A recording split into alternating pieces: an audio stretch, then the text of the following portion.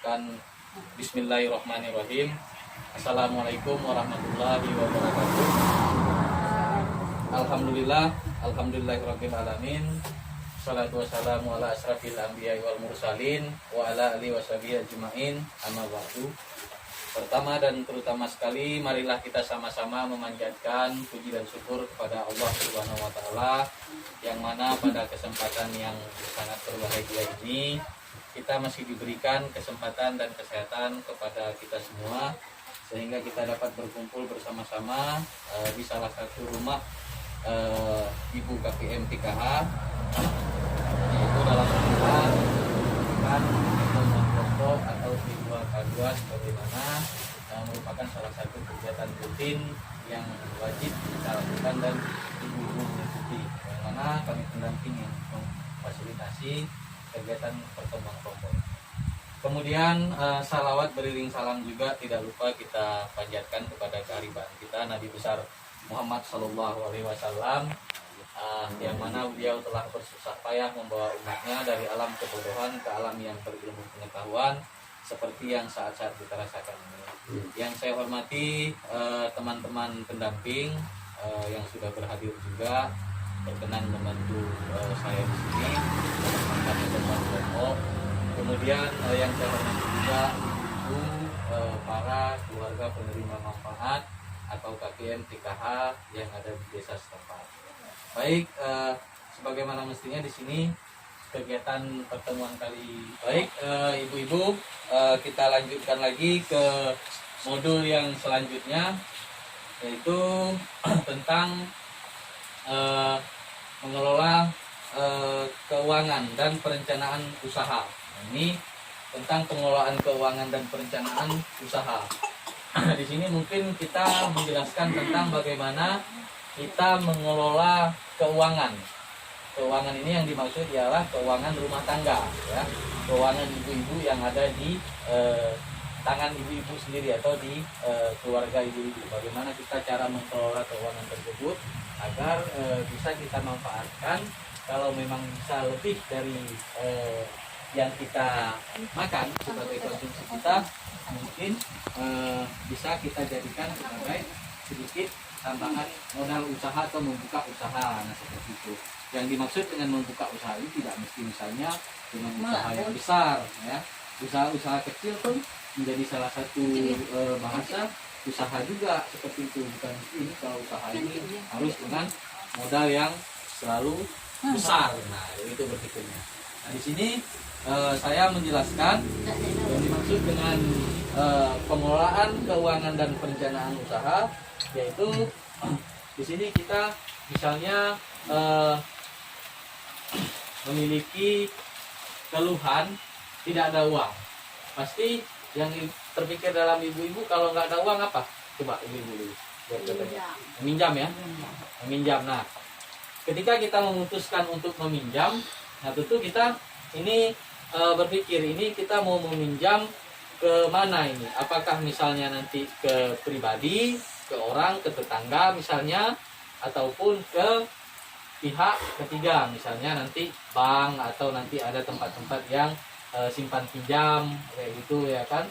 Kalau di desa-desa biasanya ada koperasi nanti yang bisa kita untuk meminjamkan uang, kan, kayak gitu. Tentu dengan bunga-bunga ataupun dengan pengembalian yang akan disepakati antara pihak yang meminjam dan yang memberi pinjaman. Tapi di sini ketika misalnya ibu memutuskan untuk meminjam, pasti ibu harus menyiapkan dulu apa itu yang harus ibu siapkan sebelum meminjam. Di sini untuk apakah kita meminjam uang? Nah, kita berpikir. Nah, di sini terserah nanti apa jawaban ibu-ibu masing-masing ini. Ketika saya mau meminjam ini untuk apa? Nah, berarti ibu-ibu tentu memiliki alasannya tersendiri kenapa saya harus meminjam. Nah, di sini jelaskan ketika kita berbicara untuk apakah kita meminjam uang, sebaiknya hanya untuk memenuhi kebutuhan, bukan keinginan atau kegiatan produktif. Nah, ini terkait masalah utang. Nah, usahakan ibu-ibu meminjam uang itu atau mengutang itu, ya, hanya untuk memenuhi kebutuhan, bukan keinginan. Nah, di sini beda, ya. Misalnya ibu-ibu baru ngepeng rumah, ya kan, untuk menutupi kebutuhan, dia wajib untuk meminjam. Tapi kan lucu kalau sempat misalnya ibu-ibu yang memang minjam untuk misalnya memang beli barang-barang sehingga mungkin TN yang merupakan kebutuhan, misalnya Pak awe nak kakak samping itu ayo geriang nih, ayo lopo nih geriangnya abang oi tambah minjam sampai 10 juta harus tak beli deh. Nah itu keinginan bukan kebutuhan. Tetapi yang dimaksud misalnya meminjam kebutuhan, bang bawa kita borai do abu, bawa kita minyak tanah kan. Nah kita meminjam menang tepi kalau bahaya keluar gaji atau misalnya bahaya dapat misalnya rekannya TC mencari teh luar kan, teh tani ataupun teh asin kan. Ya rai tapi ibu-ibu sih lah. Bang gue balik teh rumah kakak dia tahu lah kulkasnya 3 pintu. Meminjam kita tahu beli teh singa 6 pintu. Ah iya Pak, artinya yang termasuk keinginan dan ya Pak melakukan salah. Nah, seperti itu. Kemudian apakah ada cara lain yang bisa dilakukan sebelum berutang? Nah, ini harus dipikirkan juga. Jangan langsung Pak maju-maju langsung berutang ya kan. Kadang-kadang yang misalnya singa rai menutupi singa kebutuhan saya singa adurai sampai kita berutang terakhir ya tak putuskan aja tanah mau berutang loh padahal kalau tapi kiri menang matang-matang ya kan tapi betul menang nikah tanah menang diskusi sama keluarga ya sampai kita berutang ya kan ada jalan singa bukan ya kan. Nah di sini disesuaikan jumlah pinjaman dengan kemampuan kita. Maaf jika ada gunakan tabungan atau aset terlebih dahulu. Nah mungkin ya tabungan kan ya misalnya cincin-cincin tas yang mengenai apa sebelum kita meminjamnya kan kalau memang aduh begitulah misalnya sangat mendesak dan ngahai tabi menenglah area rumah kan misalnya kalau kita memelihara hewan-hewan ternak kadang ngahai anak mano ataupun misalnya sinu kabing singa rai tanggapan meneng sebelum kita memutuskan untuk meminjamnya so itu sing harus kita lakukan kita harus kita memutuskan untuk langsung meminjam hepeng miata atau mepeng atau mepihak begitu. Kemudian berapa besar kita perlu meminjam? Maksudnya kita sesuaikan. Artinya ada yang kita sesuaikan. Kita sesuaikan dengan jumlah pinjaman dengan kemampuan kita untuk membayarnya. Hitunglah berdasarkan jumlah pendapatan kita. Artinya kalau kita meminjam kepeng misalnya 100.000, singarai maru tertutupi. Pak terlampau wafel rekan alopo rekan dengan pinjaman tak sehingga pendapatan tak terakhir ya betul bapak di lobang akan kembali menggunakan kepeng. Nah saya sehingga harus tak pikirkannya misalnya kemampuan tak sebulan penghasilan tak 1.500.000 apa kira pinjam kepengmu 750 setengah CD kalau misalnya Pak penghasilan tak 1.500.000 tanah meminjam sana sampai juta tak janjikan mengistilah rebasan bulan bayar terakhir ya kan utang yang ditanya tahu kan nih. Akhirnya langkah-langkah yang salah untuk dilakukan ibu-ibu maka disesuaikan orang yang singarai tagak mamaya saya singarai berutang. Kemudian bagaimanakah kita dapat membayar kembali pinjaman? Nah, akhirnya disesuaikan oleh waktu pengembalian pinjaman dengan pola pendapatan kita tetap atau tidak tetap atau musiman. Akhirnya disepakati supaya waduh salah-salah karena apa masalah gara-gara utang ere. Nah, disepakati pinjam kepeng ere bapak oi atau kak oi berarti sinu dalam waktu sebulan kembalikan atau dalam waktu 2 bulan atau tuai sinu mati. Nah kan wede 6 bulan lah minang tahan disepakati oleh sing mamba hepengnya. Pak aduh disepakati terakhir ya sinu menjadi cecok. Nah kan menjadi keluar bahasa sing adu mariin. Kemudian selanjutnya kemanakah kita tempat meminjam? Maksudnya dijelaskan baru. Di sini bandingkan tempat-tempat meminjam yang ada dan carilah tempat meminjam dengan total pengembalian yang paling murah. Nah, maksudnya kalau kita meminjam mek koperasi atau mek bank, sebenarnya harus tak nak meneng orone bungone, orone singa harus kembalikan kepeng ataupun ubun carone. Nah, iba sini Pak, tapi pinjam 1 juta terakhir ya, ya 3 juta kembalikan. Ya Pak merugikan kita mai. Jadi kalau sifatnya kadang-kadang kita tak sasa, daya rumah po. Aduh apa sih masa ini masalah mengembalikan ya terakhir ya kita ribut kan kita cecok kita selisih paham gara-gara saat kita mengembalikan hepeng sebenarnya singannya yang hepeng nambah waktu saya waktu mengembalikan yang baru ngeri mau gak akan baru ngeri terakhir ya berarti ini yang apa namanya yang dimaksud dengan kemanakah tempat kita melakukan pinjaman kepada orang ataupun kepada pihak ketiga. Nah, kemudian selanjutnya mengapa harus menabung? Nah kalau tadi kita berutang lawan daripada ngutang artinya menabung. Artinya menabung di sini menyisihkan sedikit penghasilan kita, walaupun tidak banyak, itu kita sisihkan, kita masukkan ke dalam tabungan. Kalau yang bersifat besar mungkin bisa kita menabung ke bank atau menitipkan ke tempat-tempat yang pegadaian atau ke tempat-tempat yang bisa menerima simpanan kita. Tapi kalau misalnya dalam kapasitas rutin tiap hari, nah walaupun misalnya ibu-ibu bisa menabung sehari 5.000, 10.000, 20.000, nah ini namanya menabung juga walaupun kecil. Nah di sini ditanyakan sama kita sendiri, sama ibu-ibu, mengapa harus kita menabung? Nah cerita tersusun di sini. Artinya di sini juga kita melihat kira-kira kalau misalnya ibu-ibu dapat uang 50.000, nah seperti itu. Nah, ini untuk kebutuhan dapur misalnya tercukupi dengan 30.000. Nah 20.000 inilah yang harus ibu-ibu tabungkan. Atau ada sisanya nanti 10.000 ya, 10.000 ini harus ibu-ibu tabungkan. Walaupun misalnya kebutuhan di dapur itu belum tercukupi semua, tapi ibu pikirkan, oh ini udah cukup. Beras masih ada, minyak makan masih ada, kemudian gula pasir masih ada, walaupun tidak dalam jumlah banyak. Nah seperti itu. Nah masih ada sisanya. Tidak mesti harus ibu-ibu, oh ini masih ada sisanya, kita beli susu aja. Ini nggak perlu. Itulah yang menjadi permasalahannya. Kadang-kadang di dapur itu selalu tidak cukup belanjanya.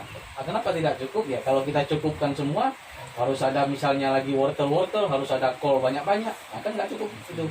Nanti disesuaikan dengan kebutuhan. Nah di sini juga menjelaskan rencana untuk menabung. Nah ini tujuannya. Nah ini harus dipikirkan juga. Misalnya apa tujuannya ini? Membayar uang masuk sekolah.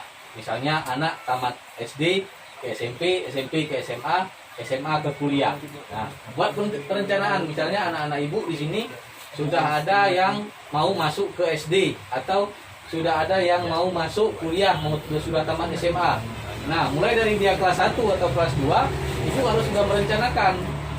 Nah, ini anak saya mau saya masukkan kuliah, minimal uang pendaftaran sama sedikit ongkos dia nanti untuk mendaftar sudah ada persiapan. Jangan nanti hari ini dia mendaftar, hari ini juga dia meminta sedikit uang untuk beli formulir, hari ini juga ibu bilang tidak ada uang. Nah, artinya ibu tidak merencanakan dari awal, ibu tidak merencanakan jauh-jauh hari sebelum dia memutuskan untuk masuk sekolah ataupun masuk kuliah. Nah di sini juga dijelaskan lamanya menabung ada 2 tahun atau 24 bulan, kemudian jumlah yang ditabung itu disesuaikan dengan pendapatan, kemudian jumlah yang ditabung tiap hari. Nah ini per hari apakah per minggu terserah sama ibu-ibu. Kalau di sini dicontohkan misalnya jumlah 2.400.000. 2.400.000 ini lamanya menabung 2 tahun 24 bulan. Nah jumlah yang ditabung per bulan adalah di sini 100.000. Nah 100.000 satu bulan, 100.000 dibagi 30 hari, sehari 3.300. Nah sehari menabung 3.300, sebulan 100.000 dikali 24 bulan atau 2 tahun menjadi 2.400.000. Nah untuk uang 2.400.000 ini ibu perlu waktu 2 tahun, 1 hari 3.300. Nah ibu menabung 1 hari 3.300 itu tidak terasa sampai 2 tahun nanti sudah ada uang 2.400.000. Begitu dia mau masuk ke kuliah dengan uang tersebut, saya rasa udah lebih. Nah kayak gitu, misalnya kita suruh dia ke Melabuh atau ke Banda Aceh dengan membawa uang 2.400.000 ini udah melebihi, kecuali dia berkoyak-koyak kan kayak gitu. Nah ini salah satu contohnya ibu. Nah, dengan minimal 3.300 saja selama 2 tahun tidak terasa sudah ada uang dia untuk persiapan mau kuliah atau mau kemana, ke pesantren nanti dengan jumlah 2.400.000 lebih kurang. Nah di sini tips untuk menabung dengan sukses. Bagaimana caranya? Menabung penting untuk berjaga-jaga dan mencapai tujuan tertentu. Nah, seperti yang kita jelaskan tadi. Kemudian menabung tidak harus dalam jumlah banyak, asalkan disiplin. Nah, tidak mesti harus, oh ini kalau nggak dapat 100.000 tidak menabung. Tidak mesti itu, orang 3.300 juga bisa menabung tadi. Kemudian buatlah rencana menabung untuk mencapai tujuan. Ibu-ibu mau apa tujuannya untuk menabung? Mau mensekolahkan anak, atau mau beli tanah, atau mau beli sawah, atau misalnya nanti mau membangun rumah, itu direncanakan. Kemudian menabung harus disisihkan dari awal, bukan ditunggu ada sisa pengeluaran. Nah ini juga yang menjadi perhatian untuk ibu-ibu, minimal kalau misalnya ada uang lebih itu lebih bagus ditabung duluan, jangan dulu ditunggu nanti aja kita beli ini dulu, beli blender yang baru lagi, baru nanti kita menabung, jangan dulu. Nah, kalau memang masih bisa kita giling pakai batu kan, kita giling itu aja dulu sebelum ada blender, kecuali sudah merasa oh ini sudah mampu ataupun sudah ada uang lebih yang untuk kita lakukan untuk menabung. Ini boleh ibu membelanjakan semua uang ibu dan sisakan yang untuk menabung pada apa sisa uang yang ibu peroleh seperti itu. Baik, mungkin sekian untuk modul tentang pengelolaan keuangan dan perencanaan usaha. Nanti kita lanjut lagi ke modul selanjutnya. Mungkin terakhir pembahasan kita nanti akan dilanjutkan oleh kawan saya untuk materi selanjutnya. Sekian, assalamualaikum warahmatullahi wabarakatuh.